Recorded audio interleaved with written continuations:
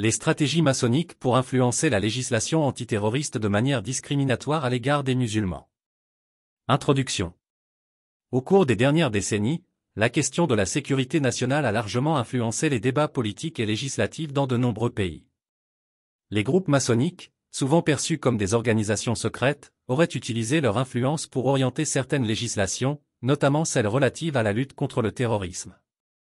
Cette analyse explore les stratégies qui pourraient être employées pour promouvoir des lois discriminatoires à l'égard des musulmans, tout en examinant le contexte sociopolitique plus large dans lequel elles s'inscrivent. Contexte historique. Émergence du terrorisme et réaction juridique, les attaques terroristes des 2 dernières décennies ont conduit à une vigilance accrue envers les mouvements islamistes.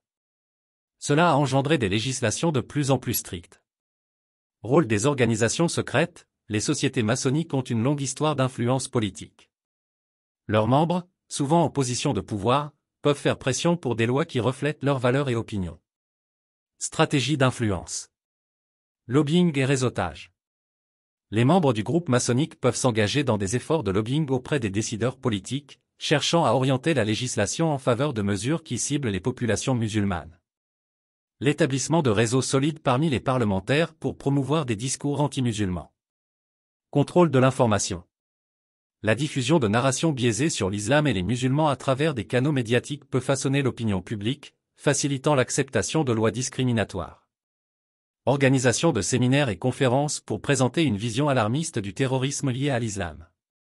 Création de groupes de réflexion. Formation de think tanks qui produisent des recherches et des analyses soutenant des politiques antiterroristes ciblant les musulmans, tout en passant sous silence les études contraires. Mobilisation de l'opinion publique. Utilisation des réseaux sociaux pour galvaniser les citoyens autour de la peur d'une menace musulmane, encourageant l'acceptation de mesures législatives discriminatoires. Influence dans les élections.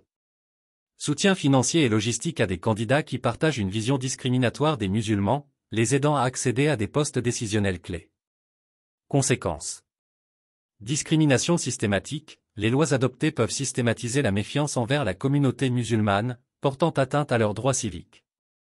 Polarisation sociale, renforcement des tensions intercommunautaires, avec une possibilité d'émergence de violences politiques. Impact sur les libertés individuelles, restriction des libertés fondamentales des musulmans, justifiée par une logique de sécurité nationale. Conclusion.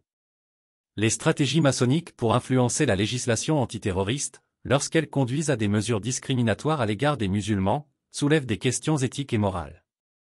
Il est crucial de promouvoir une législation qui respecte les droits de tous les citoyens, indépendamment de leur origine religieuse ou ethnique. L'influence de groupes secrets ne doit pas se faire au détriment de la justice et de l'égalité.